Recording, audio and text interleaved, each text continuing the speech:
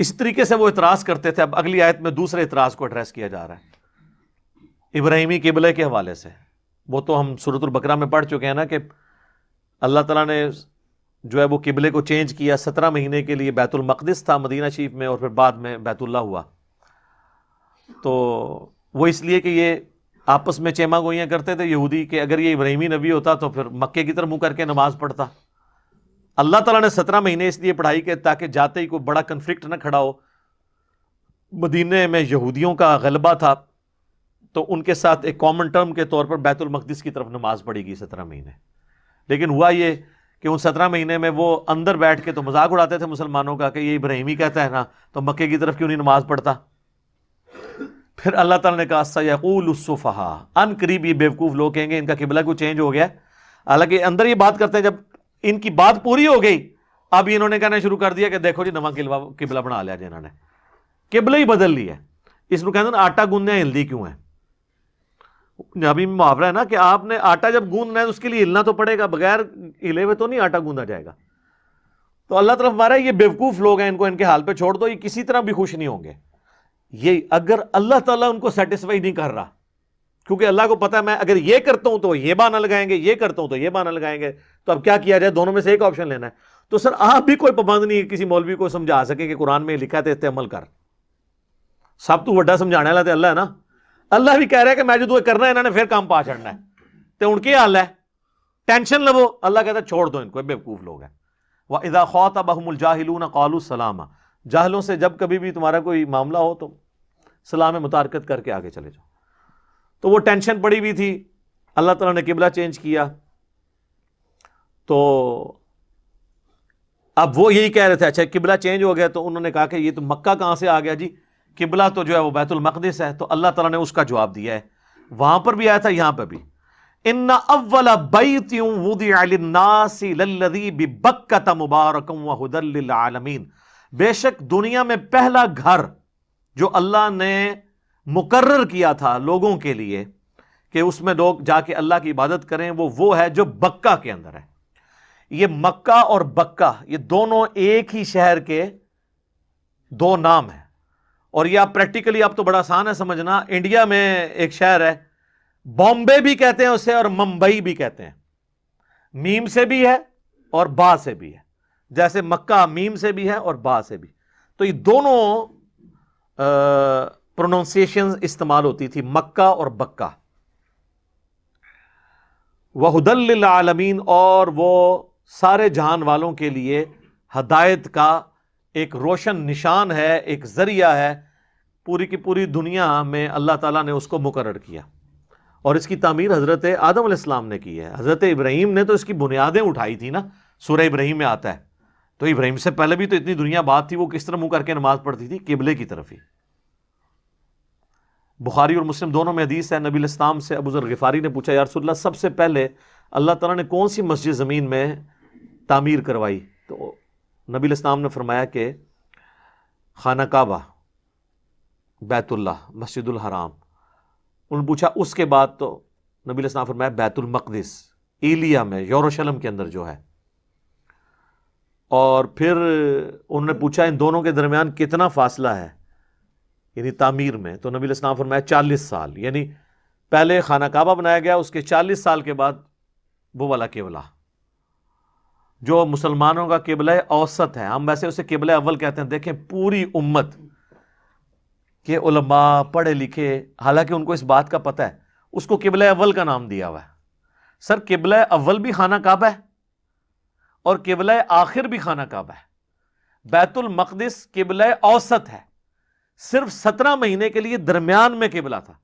ہم کیا کہتے ہیں ابراہیم کا قبلہ کون سا ہے؟ خانہ کعبہ. تو پہلا قبلہ کون سا ہوا؟ کعبہ. پھر نبی علیہ السلام جب ہجرت کر کے مدینہ شریف گئے ہیں نا تو 17 مہینے کے لیے مدینے میں صرف آپ نے بیت المقدس کی طرف پڑھا، پھر دوبارہ واپس ہو گیا.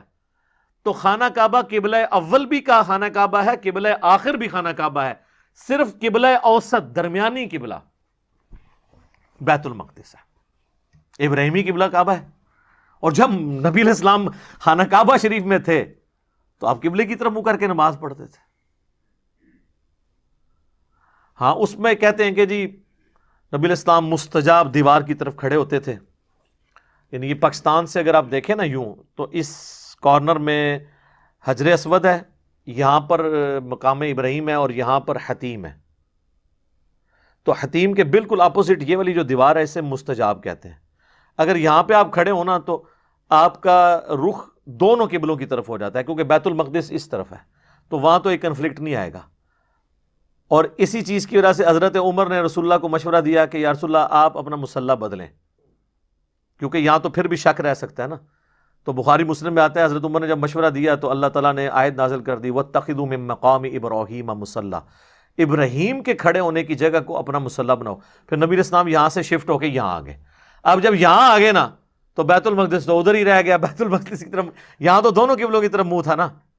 تو یہ قرآن میں آ گیا کہ ابراہیمی قبلہ کون سا ہے، یہ ہے. بیت المقدس حضرت ابراہیم کا قبلہ نہیں رہا، ورنہ ابراہیم یہاں کھڑے نہ ہوتے، ابراہیم بھی یہاں پہ کھڑے ہوتے. وہ مستجاب دیوار جہاں سے گزرتے ہوئے آپ ربنا آتینا فی الدنیا پڑھتے ہیں، رکن یمانی سے لے کے حجر اسود تک، یہ والی دیوار جو ہے نا. خیر اب تو پریکٹیکلی ہمارے لیے تو 3 قبلے ہو گئے ہیں ادھر کھڑے ہوتے ہوئے، کیونکہ نبی علیہ السلام کی قبر مبارک بھی اسی طرف ہے. یعنی ہماری روح کا قبلہ تو وہ ہے نا نبی علیہ السلام جہاں کا آپ کا مدفن ہے، مسجد نبوی شریف بھی اس طرف ہی ہے. یعنی اگر آپ مستجاب دیوار پہ کھڑے ہونا تو آپ کا رخ بیت المقدس کی طرف بھی ہوتا ہے، خانہ کعبہ کی طرف بھی، اور نبی علیہ السلام کے مسجد نبوی اور روضہ شریف کی طرف بھی. تو اللہ تعالیٰ ماتا ہے کہ یہ پہلا گھر تو اللہ نے کعبہ تعمیر کیا تھا. فیہ آیات بینات مقام ابراہیم، اس میں اللہ تعالیٰ کے بہت بڑی بڑی نشانیاں ہیں، جن میں سے بڑا مقام ابراہیم ہے، اور وہ بڑی نشانی ہے جناب. وہاں ابھی بھی یہ وہ جو آپ کو یلو کلر کی عمارت مقام ابراہیم کی نظر آتی ہے نا، اس کے اندر ایک پتھر ہے جس میں حضرت ابراہیم علیہ السلام کے پاؤں کے نشان ہیں، اور وہ پتھر تعمیر کعبہ کے دوران خود بخود بڑا ہو جاتا تھا. 55 فٹ اونچی عمارت ہے، اور پھر اینڈ پہ برکت کے طور پر اس نے اپنے سینے میں حضرت ابراہیم علیہ السلام کے پاؤں کے نشان لے لیے میں، اور وہ ایک قیامت تک کے لیے ایک روشن نشانی ہے اللہ کی. اس کے اندر کی تصویریں بھی اویلیبل ہیں، پتھر کے اندر، وہ مٹی کا تو نہیں پتھر ہے، پتھر میں انبیاء کے پاؤں کا نشان آنا یہ معجزہ ہے، ورنہ پتھر میں تو نشان نہیں بنتا جب تک خود کھودا نہ جائے. تو وہ پتھر موم ہو گیا ان کے لیے، جس طرح قرآن میں آتا ہے کہ ہم نے لوہا نرم کر دیا تھا داؤد کے ہاتھ میں، وہ زرہ بناتے تھے. داؤد علیہ السلام کو لوہے کی زرہ بنانے کے لیے کوئی انگیٹھی نہیں چنانی پڑتی تھی، وہ آٹے کی طرح گوندھ لیتے تھے اس کو. جناب اللہ کے کام ہے نا، اللہ جس کے لیے نرم کر دے. وَمَن دَخَلَهُ كَانَ آمِنًا، جو کعبے میں داخل ہو گیا وہ امن والا ہو گیا. اور یہ اتنا بڑا یونیورسل ٹروتھ ہے کہ مشرکین عرب بھی اگر اپنے باپ کا قاتل بھی کعبے کے اندر دیکھ لیتے تھے نا، اس سے بدلہ نہیں لیتے تھے. وہ کہتے تھے یہاں تلوار اٹھانا منع ہے، اس چیز کو اسٹرکٹلی فالو کرتے تھے. جیسے ہمارے لوگ جو ہیں وہ مزار میں جب جاتے ہیں جوتیاں اتار کے جاتے ہیں اور واپس ہی الٹے قدم آتے ہیں. یہ لادہ بات ہے کہ مسجد میں الٹے قدم نہیں آتے، مسجد میں کعبے کو پیٹ کر کے باہر نکلتے ہیں، مزار والے بابے کو نہیں پیٹ کر کے نکلتے. آپ کمپیریزن دیکھ لیں تو بابے کو انہوں نے کعبے سے اوپر ہی رکھا ہوا ہے. دونوں ہی غلط ہے، پیٹ کرنے والا کوئی مسئلہ نہیں ہے. بخاری مسلم میں کئی حدیث ہے کہ نبی علیہ السلام کے بعد جب صحابہ آتے تھے وہ بھی اس میں الفاظ ہیں کہ وہ صحابی آیا اور پھر مڑا تو پیٹ کر کے جاتے تھے. اس میں کون سی گستاخی ہو جاتی ہے؟ ایک نیچرل پروسیس ہے. کبھی نہیں ہوا کہ نبی علیہ السلام کو مل کے تو الٹے قدم واپس جا رہا ہو. تو امن والی جگہ تھی، اور اس چیز کو قریش مکہ اتنا کیش کرواتے تھے کہ پورے عرب میں باقی قافلے تو لوٹ لیے جاتے تھے تجارت کے دوران، لیکن قریش کا قافلہ کوئی نہیں لوٹتا تھا. وہ کہتے تھے جناب یہ تو سمجھ لیں کہ گدی نشین ہے اس قبلے کے. تو وہ اس کو، اور پھر دوسرا ہر قبیلے نے اپنا بت بھی رکھوایا ہوتا تھا، ان کو ڈر ہوتا تھا کہ مکے کے سردار ساڑھا بت ہی نہ اتوں، کوئی ساڑھے بزرگان دین ہی نہ باہر کر دیں. تو وہ اس لیے پھر اللہ نے اس کا احسان جتایا، لِإِيلَافِ قُرَيْشٍ إِيلَافِهِمْ رِحْلَةَ الشِّتَاءِ وَالصَّيْفِ فَلْيَعْبُدُوا رَبَّ هَذَا الْبَيْتِ. اور اس گھر کا صدقہ کھا رہے ہو تو اس گھر کے مالک کی عبادت بھی تو کرو نا، اس کو بتوں سے پاک کرو. اللہ نے اس کی وجہ سے تمہارے سردیوں کا اور گرمیوں کا سفر آسان کر دیا، نہ تمہارا قافلہ کوئی لوٹتا ہے، نہ تمہارے ساتھ کوئی مس بیہیو کرتا ہے. یہ ساری برکتیں تم اسی سے تو حاصل کر رہے ہو. اب یہ برکت نہیں صرف وَلِلَّهِ عَلَى النَّاسِ حِجُّ الْبَيْتِ مَنِ اسْتَطَاعَ إِلَيْهِ سَبِيلًا، اور لوگوں پر اللہ کا یہ حق ہے کہ جو کوئی استطاعت رکھتا ہو وہ اس گھر کا حج کرے. ومن کفرا، اور جو کفر کی روش اختیار کرے گا فإن اللہ غنی عن العالمین، تو اللہ تعالیٰ یاد رکھو تمام جہان والوں سے بے پرواہ ہے. اسے کوئی ٹینشن نہیں ہے کہ کوئی حج کرنے آیا ہے نہیں آیا، کوئی نماز پڑھ رہا ہے نہیں پڑھ رہا، اس کا کوئی لینا دینا نہیں اس کے ساتھ. یہ جو کچھ کرنا ہے تم نے اپنے لیے کرنا ہے. یہ آیت اس بات کا ثبوت ہے کہ اگر کوئی شخص استطاعت کے باوجود حج نہیں کرتا وہ کفر کر رہا ہے. دیکھیں نا الفاظ ہیں کہ جس کی استطاعت ہے وہ اللہ کے گھر کا حج کرے. ومن کفر، اور جو کفر کرتا ہے، کفر ناشکری کے معنوں میں بھی ہے، شریعت توڑنے کے معنوں میں. ویسے اسے سپورٹیو ایک حدیث ہے، وہ ضعیف ہے جامع ترمذی میں، کہ جس کے پاس استطاعت ہو اور وہ حج کے لیے نہ آئے تو نبی علیہ السلام فرمایا میری طرف سے چاہے یہودی ہو کے مرے چاہے وہ نصرانی ہو کے مرے، مجھے کوئی پرواہ نہیں ہے. وہ حدیث اصول محدثین پہ ضعیف ہے جامع ترمذی کی، لیکن اس آیت کی وجہ سے سپورٹیو ہو جاتی ہے. یہ آیت تو بڑی چیز ہے نا کہ جس کے پاس استطاعت ہے وہ حج کرے، اور جو بے پرواہی کی روش اختیار کرے گا، حج نہیں کرے گا، اللہ تعالیٰ پھر بے پرواہ ہے اس سے. استطاعت یہ ہے کہ آپ کے پاس اتنا خرچہ ہو کہ آپ حج کے لیے جا سکیں اور پیچھے اتنا دے جائیں کہ وہ اتنا عرصہ کے لیے گزارا کر لیں اور پھر آپ واپس آ جائیں. اب بعض لوگ کہتے ہیں جناب میں پہلے یہ کر لوں، میں وہ کر لوں، میں وہ کر لوں، پھر اینڈ پہ حج کروں گا. اینڈ بچے گا کوئی کرے گا نا تو حج؟ اس طرح تو کسی پہ بھی حج نہیں فرض ہوگا. استطاعت ہوتی ہے، لوگ اتنے امیر، بعض لوگ دکان بند کرنے کے لیے تیار نہیں ہوتے، جی بس بچے بڑے ہو جانے سنبھالن گے تو پھر میں ویلا ہو جاؤں گا. پھر تو ویلا کسی کام دا نہیں ہونا، ہوں تو اتنے جانا ہے. اور سب سے بڑی یعنی میں کہتا ہوں شرمندگی ہوتی ہے، حج عمرے پہ آپ جائیں نا، آپ کو باقی ملکوں سے تو ینگ لوگ نظر آئیں گے 15 سے لے کے 25 سال تک، جتنے بابے نے وہ سارے انڈیا پاکستان دے جائیں. میں کہتا ہوں مجھے کوئی انڈونیشین دکھائے کہ کوئی بابا ادھر آیا ہوا ہے حج کرنے کے لیے، کوئی ایران سے آیا ہوا کوئی آپ بابا دیکھیں، مصر اور ٹرکی سے دیکھیں، بہت کم ہوں گے. ادھر سارے بابے ہوتے ہیں.